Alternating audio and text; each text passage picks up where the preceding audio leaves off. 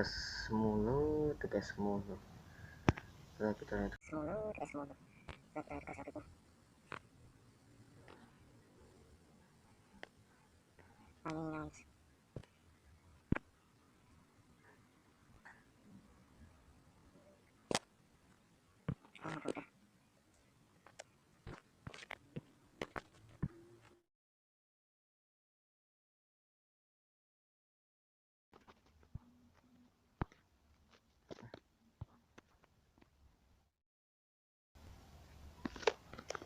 Assalamualaikum warahmatullahi wabarakatuh. Mohon anak-anak untuk penilaian keterampilan. Silakan kalian lafalkan niat sholat sunnah salah satu saja, silakan dilafalkan kemudian direkam. Itu saja. Assalamualaikum warahmatullahi wabarakatuh.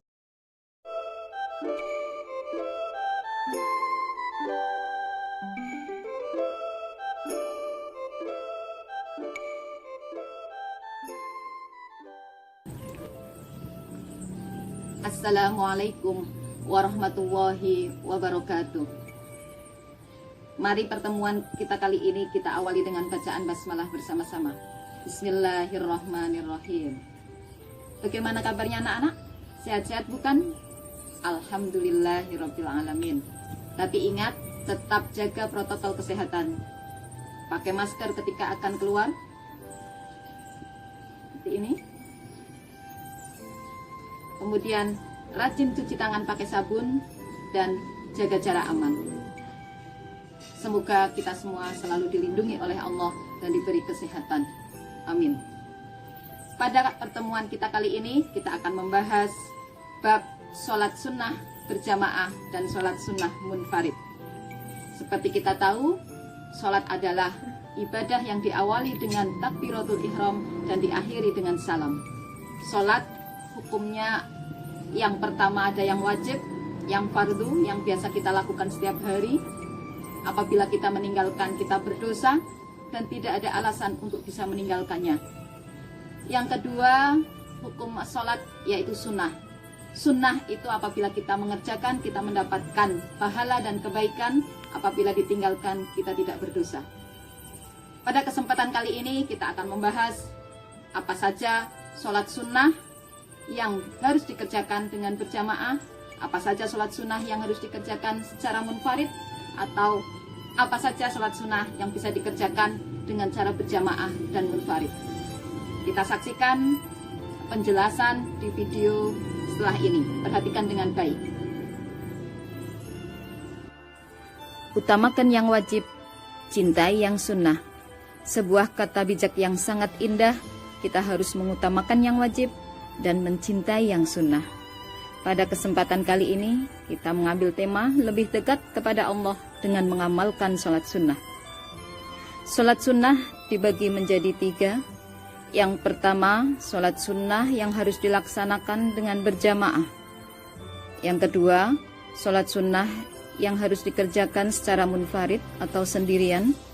Yang ketiga, sholat sunnah yang boleh dikerjakan secara berjamaah dan munfarid. Sholat sunnah yang harus dikerjakan secara berjamaah artinya sholat sunnah ini harus dikerjakan secara berjamaah dan tidak boleh munfarid. Ciri-cirinya biasanya sholat sunnah yang harus dikerjakan secara berjamaah itu ada khutbahnya. Kemudian sholat apa saja yang harus dikerjakan secara berjamaah? Yang pertama, sholat Idul Fitri, sholat Idul Adha, sholat istisqa, sholat khusuf atau gerhana matahari, sholat khusuf atau gerhana bulan. Ada 5. Mari kita bahas satu persatu. Yang pertama, sholat Idul Fitri dan Idul Adha atau disebut sebagai sholat Aidain. Kalau Idul Fitri dilaksanakan pada tanggal 1 Syawal ketika kita merayakan hari raya Idul Fitri. Kalau Idul Adha pada tanggal 10 Dzulhijjah ketika merayakan hari raya Idul Adha. Selanjutnya tata cara sholat Aidain, yaitu yang pertama sholat Aidain itu harus berjamaah tanpa adzan dan iqomat. Kemudian untuk niatnya usolli sunnata li'idil fitri raka'ataini lillahi ta'ala untuk Idul Fitri, sholli sunnata li'idil adha raka'ataini lillahi ta'ala untuk Idul Adha. Jika jadi imam ditambah imaman lillahi ta'ala, kalau makmuman lillahi ta'ala. Tata cara selanjutnya adalah rakaat pertama itu 7 kali takbir selain takbiratul ihram, kemudian membaca Fatihah, rukuk, sujud seperti sholat biasa, sedangkan rakaat kedua 5 kali takbir selain takbir berdiri. Kemudian setelah salam dilanjutkan dengan khutbah. Kemudian yang kedua itu adalah sholat istisqa. Sholat istisqa adalah sholat meminta hujan. Apabila kita dilanda kemarau panjang, kita dianjurkan untuk sholat istisqa. Tata caranya yaitu dengan cara yang pertama, sebelum sholat itu dilaksanakan, kita dianjurkan untuk puasa.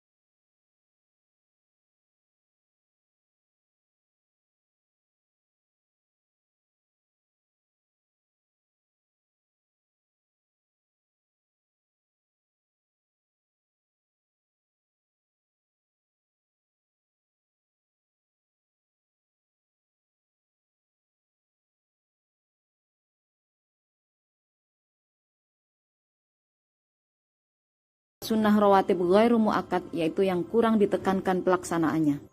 Ya, bisa kalian cermati mana yang termasuk yang muakkad dan mana yang ghairu muakkad. Adapun niatnya, apabila sholat sunnah rawatib itu qobliyah, contoh qobliyah subuh, maka niatnya adalah usolli sunnata qobliyata subhi raka'ataini lillahi ta'ala. Apabila ba'diyah, contoh ba'diyah maghrib, usolli sunnata ba'diyatal maghribi raka'ataini lillahi ta'ala. Untuk niat, tidak harus menggunakan bahasa Arab untuk sholat apapun, bisa menggunakan bahasa Indonesia atau bahasa yang lainnya. Untuk sholat sunnah selanjutnya itu sholat sunnah tahiyatul masjid, yaitu sholat sunnah untuk menghormati masjid. 2 rakaat dilaksanakan ketika kita masuk masjid sebelum duduk. Sholat sunnah munfarid yang ketiga adalah sholat sunnah istikharah, yaitu sholat sunnah 2 rakaat dengan maksud untuk memohon petunjuk dari Allah Subhanahu wa Ta'ala dalam menentukan pilihan terbaik di antara 2 pilihan atau lebih. Sholli sunnatal istikharati raka'ataini lillahi ta'ala. Itu niatnya dan pelaksanaannya seperti sholat biasa. Kemudian untuk pembagian sholat selanjutnya yaitu sholat sunnah yang bisa dikerjakan secara berjamaah dan munfarid, yaitu yang pertama sholat tahajud, yang kedua sholat duha, ketiga sholat tarawih, keempat sholat witir, dan yang kelima adalah sholat tasbih. Kita bahas satu persatu. Yang pertama adalah sholat tahajud. Sholat tahajud adalah sholat sunnah yang dilaksanakan setelah tidur pada waktu malam hari dan setelah sholat isya sampai terbitnya fajar. Waktu pelaksanaannya yang paling utama adalah sepertiga malam yang terakhir. Kemudian untuk selanjutnya yang kedua adalah sholat duha. Sholat duha adalah sholat yang dikerjakan pada waktu pagi hari, yaitu ketika matahari naik kira-kira 1 tombak sampai menjelang waktu duhur. Paling sedikit 2 rakaat dan paling banyak adalah 12 rakaat. Cara pelaksanaannya sama dengan sholat biasa. Yang ketiga adalah sholat tarawih. Sholat tarawih adalah sholat sunnah yang dilaksanakan pada malam bulan Ramadan. Waktu pelaksanaannya adalah setelah sholat isya sampai waktu fajar. Kemudian jumlah rakaatnya boleh 8, 20 atau 36. Sholat sunnah selanjutnya adalah sholat sunnah witir. Sholat witir adalah Sholat sunnah yang jumlah rokaatnya ganjil dilaksanakan pada waktu malam hari setelah sholat isya. Yang terakhir atau yang kelima adalah sholat tasbih. Sholat tasbih adalah sholat yang dilaksanakan dengan memperbanyak tasbih. Sholat tasbih dilaksanakan 4 rokaat. Jika dilaksanakan siang hari, maka 4 rokaat itu dengan 1 salam, dan jika dilaksanakan malam hari, maka 4 rokaat itu dengan 2 salam. Perintah Allah di dalamnya pasti ada hikmah, larangan Allah pasti ada mudarat. Hikmah sholat sunnah yang pertama, disediakannya jalan keluar dari segala permasalahan, kemudian menambah kesempurnaan sholat fardu, menghapus dosa sebagai ungkapan rasa syukur, mendatangkan keberkahan dan hidup menjadi tentram dan nyaman. Demikian materi yang bisa disampaikan. Sekian dan terima kasih. Utamakan yang wajib, cintai yang sunnah. Tetap semangat belajar dan sehat selalu.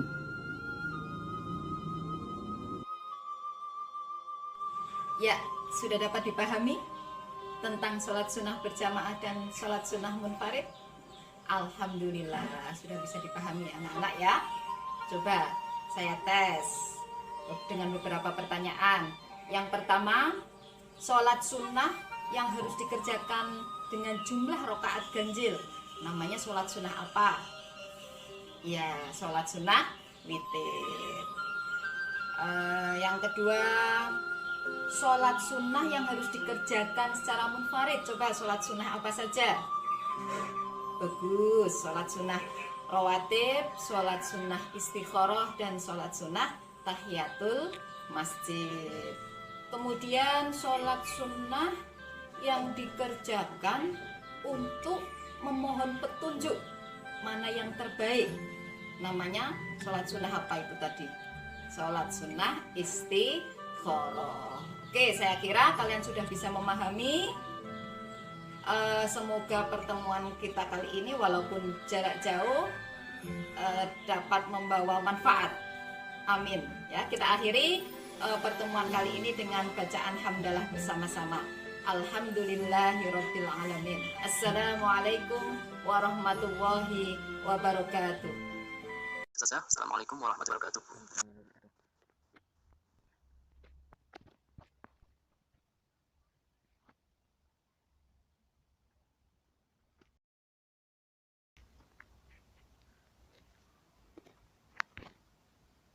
Ketika saya ini udah buat banyak, bisa aja saya mau beli lihat aja nanti saya buat videonya.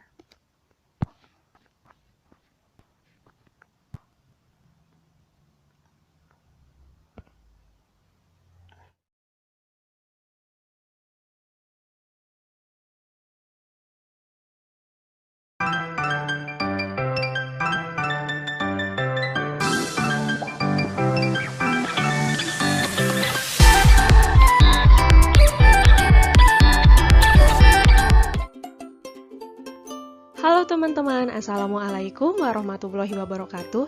Berjumpa lagi bersama saya Siti Fatimah Agustini di channel Kids Learning Indonesia. Di video kali ini kita akan belajar materi IPA, yaitu mengenai organ pencernaan pada manusia dan fungsinya. Teman-teman, seperti biasa, sebelum kita masuk ke pembahasan, saya ingin menyampaikan tujuan pembelajaran kita kali ini. Yang pertama, teman-teman mampu mengetahui organ-organ pencernaan pada manusia. Yang kedua, teman-teman mampu memahami fungsi organ-organ pencernaan pada manusia. Bagi teman-teman yang baru bergabung di channel YouTube kami, silakan klik tombol subscribe dan jangan lupa aktifkan tombol loncengnya agar teman-teman dapat memperoleh informasi terupdate dari channel YouTube kami. Terima kasih.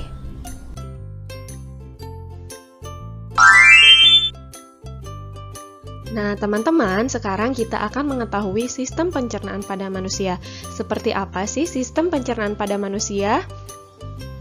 Teman-teman, sistem pencernaan manusia adalah sistem yang membantu dalam mencerna makanan untuk menghasilkan energi bagi seluruh anggota tubuh. Nah, teman-teman, makanan yang masuk ke dalam mulut kita akan melalui proses pencernaan yang digunakan untuk mengubah makanan tersebut menjadi energi dan pada akhirnya melewati proses pembuangan melalui anus dan dihasilkan berupa feses. Nah, teman-teman, proses perjalanan makanan dari mulut sampai ke proses pembuangan ini disebut sistem pencernaan. Sudah paham, teman-teman? Oke, kalau begitu kita lanjutkan ya. Nah, perlu teman-teman ketahui juga, sistem pencernaan pada tubuh manusia berfungsi untuk menghancurkan makanan yang masuk ke dalam tubuh. Nah, makanan yang semula dalam bentuk kasar dapat berubah menjadi bentuk yang lebih halus dengan bantuan gigi dan enzim. Dalam hal ini, enzim pencernaan dapat mempermudah proses penyerapan sari makanan. Selain itu, sistem pencernaan juga berfungsi untuk membuang sisa-sisa makanan yang sudah tidak diperlukan tubuh. Nah, keberadaan zat-zat sisa tersebut dapat menjadi racun bagi tubuh manusia jika tidak dikeluarkan. Oke teman-teman, sekarang kita akan mengetahui organ-organ pencernaan pada manusia. Ada yang sudah tahu organ pencernaan pada manusia ada berapa? Iya betul, jawabannya ada 6. Nah, bisa teman-teman lihat di gambar, organ pencernaan pada manusia terdiri dari mulut, kerongkongan, lambung, usus halus, usus besar, dan anus. Nah, teman-teman, sekarang teman-teman sudah mengetahui apa saja organ pencernaan pada manusia. Selanjutnya, kita akan membahas fungsi dari organ-organ tersebut. Nah, teman-teman, organ pencernaan pada manusia yang pertama ada mulut. Nah, fungsi utama mulut ini adalah menghancurkan makanan dengan bantuan gigi, sehingga ukurannya menjadi kecil. Organ selanjutnya ada kerongkongan. Fungsi utama kerongkongan adalah memindahkan makanan ke dalam lambung dengan gerakan peristaltik. Organ selanjutnya ada lambung. Teman-teman, fungsi utama lambung adalah untuk memecah makanan dan mencampur dengan enzim dan asam. Organ pencernaan selanjutnya ada usus halus. Nah, teman-teman, fungsi utama dari usus halus ini yaitu menyerap sebagian besar nutrisi dalam makanan. Nah, teman-teman, organ pencernaan selanjutnya adalah usus besar. Fungsi utama usus besar adalah penyerapan air dan pembentukan feses. Dan organ pencernaan yang terakhir adalah anus. Nah, teman-teman, fungsi utama anus ini adalah mengeluarkan sisa-sisa makanan yang sudah tidak diperlukan oleh tubuh melalui organ anus. Nah, teman-teman, tadi teman-teman telah mengetahui apa saja organ-organ pencernaan makanan pada manusia beserta fungsinya. Sekarang kita akan mengetahui bagaimana sih proses pencernaan makanan pada manusia.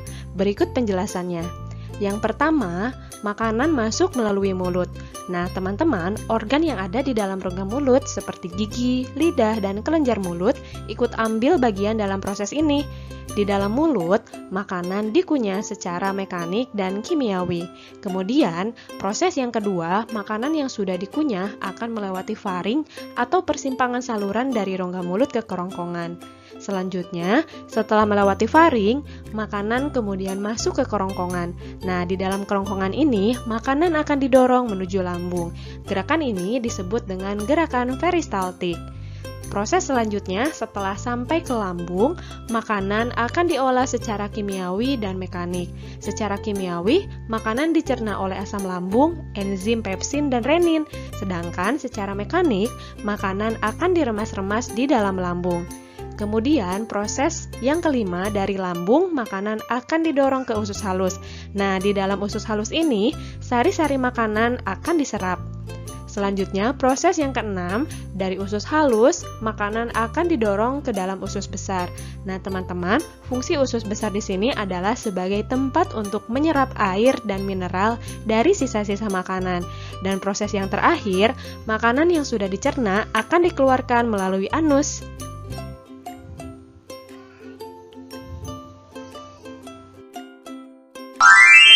Nah, teman-teman, lalu apa yang akan terjadi apabila salah satu organ dalam sistem pencernaan tidak berfungsi dengan baik? Iya betul, yang pertama akan terjadi terganggunya sistem organ pencernaan. Hal ini diakibatkan dengan satu organ yang tidak berfungsi dengan baik, sehingga sistem organ pencernaan akan terganggu. Yang kedua, akan terganggunya metabolisme tubuh. Hal ini diakibatkan zat yang dicerna atau diserap oleh organ yang rusak tidak optimal masuk ke dalam tubuh sehingga mengganggu sistem metabolisme. Dan yang ketiga, mengganggu sistem ekskresi. Nah, teman-teman, dengan tidak optimalnya metabolisme, maka hasil ekskresinya juga tidak akan optimal sehingga dapat merusak sistem ekskresi.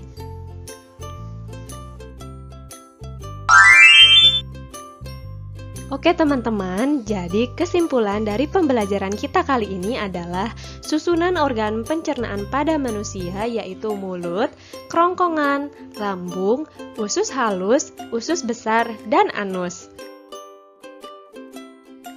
Perlu teman-teman ketahui, sistem pencernaan yang baik sangat berpengaruh terhadap pertumbuhan dan perkembangan manusia. Sistem pencernaan merupakan sistem dasar sebelum sistem-sistem tubuh yang lain bekerja, karena sumber energi yang didapat dari organ lain bergantung dari sistem pencernaan dalam memprosesnya. Oke teman-teman, cukup sekian pembahasan materi dari saya. Mudah-mudahan bisa bermanfaat bagi semua. Yuk berbagi ilmu baru dengan cara kalian share video ini ke media sosial yang kalian inginkan ya. Dan support channel kami dengan cara like, komen, share, dan subscribe channel kami. Jangan lupa juga aktifkan tombol loncengnya agar teman-teman dapat memperoleh informasi terupdate dari channel YouTube kami. Akhir kata, saya ucapkan terima kasih. Wassalamualaikum warahmatullahi wabarakatuh. Nanti itu khusus. Oh, itu tugas hari ini pelajaran bab 3 tentang teks. Oke. Ini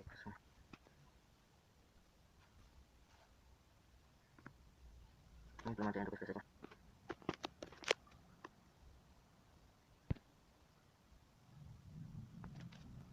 Ini udah.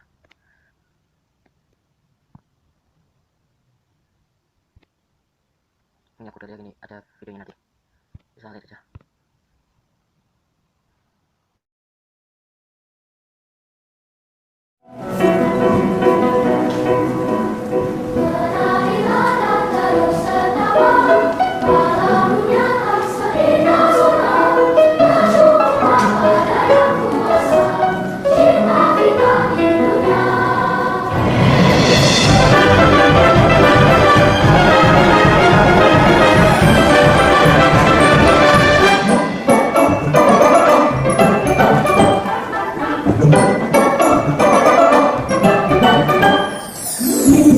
Adalah kunci untuk kita menaklukkan dunia. Berlarilah, berlarilah sampai kau meraihnya. Rasa lahir dan terikat waktu, bebaskan dirimu di angkasa, warnai bintang di jiwa. Berlarilah dan terus tertawa, walau dunia tak seindah sudah. Bersyukurlah pada yang ku rasa, cinta kita di dunia selalu.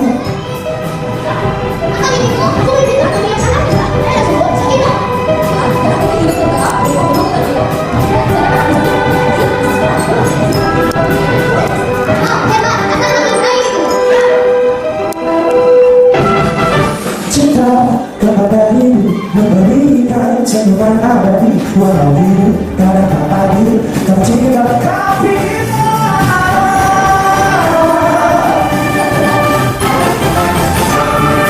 rasa dengan takkan terikat waktu. Jangan berhenti mewarnai jutaan ini. Mengalir dan terus tertawa, walau dunia tak seindah sudah. Bersyukurlah pada yang ku rasa, cinta kita dunia.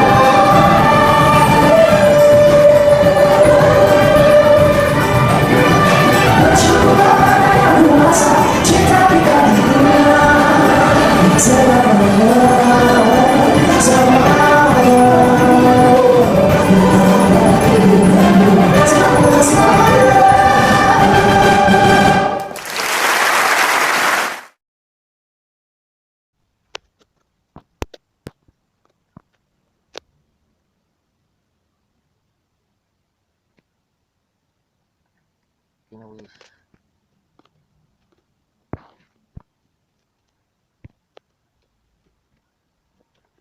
Nah, kalau kalian pengen tentang bahasa Inggris, saya udah buat video tentang menerjemahkan ini bahasa Indonesia, bahasa Inggris ke Indonesia. Nah, sekarang dulu.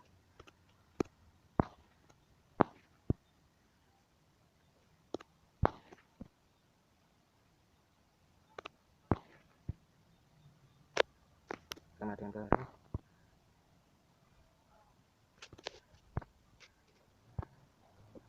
Ini yang baru. Nah, ini kak udah jadi itu harus download.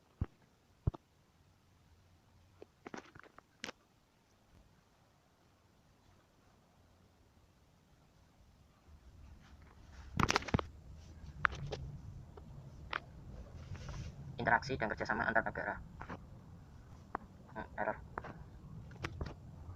Interaksi dan kerjasama antar negara ASEAN 1 Komprima ASEAN untuk penanganan bencana disebut titik 2 prioritas kegiatan yang kemudian dikenal sebagai program regional ASEAN untuk penanganan bencana titik ASEAN 3 rangkaian program terpadu ARPDM menjaga 5 komponen inti adalah program regional ASEAN untuk penanganan bencana titik 3 rangkaian KTT Tsunami Januari 2015 antara lain telah menghasilkan 5 komponen inti adalah bersama yang dikenal dengan nama titik 5 kerjasama dalam bidang sosial dan budaya dirasakan oleh titik 15 6 antara lain telah menghasilkan penyelenggaraan PESARA ke-2 tahun sekali melalui bersama yang dikenal dengan nama 7 kerjasama politik yang dituju untuk menciptakan keamanan, stabilitas, dan 6 penyelenggaraan PESARA ke-2 tahun sekali melalui 8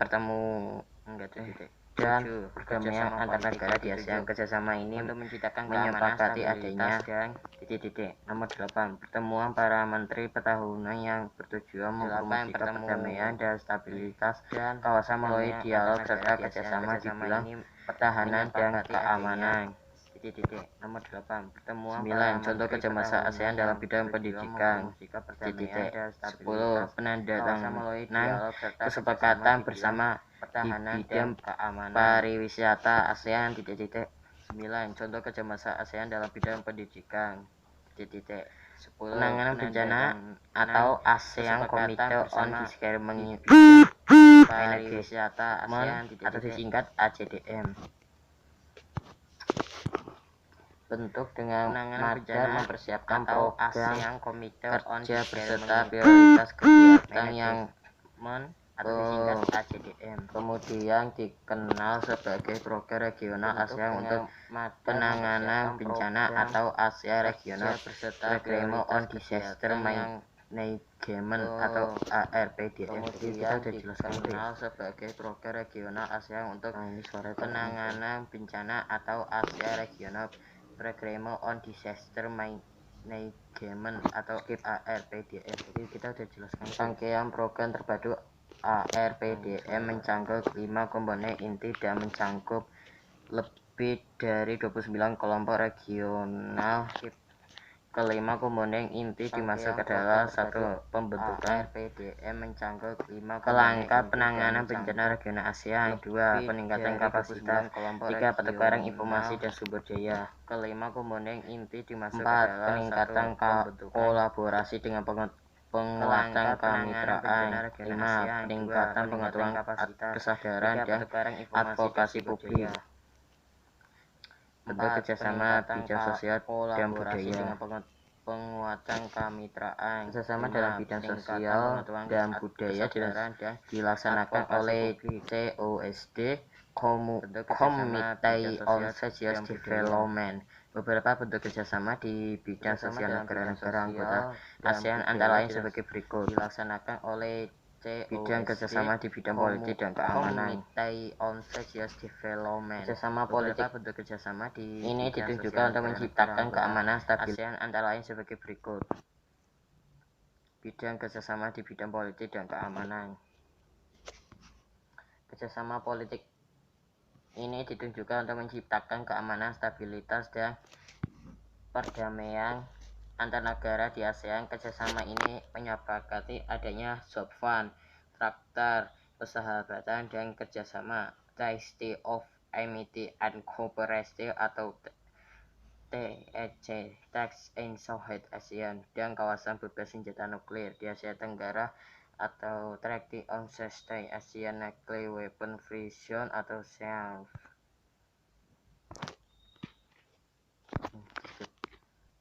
Bentuk kerjasama di bidang pendidikan.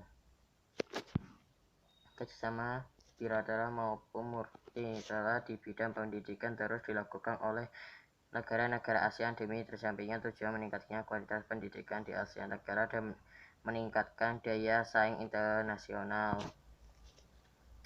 Penugasan. Poinnya kuda. Ya sudah habis.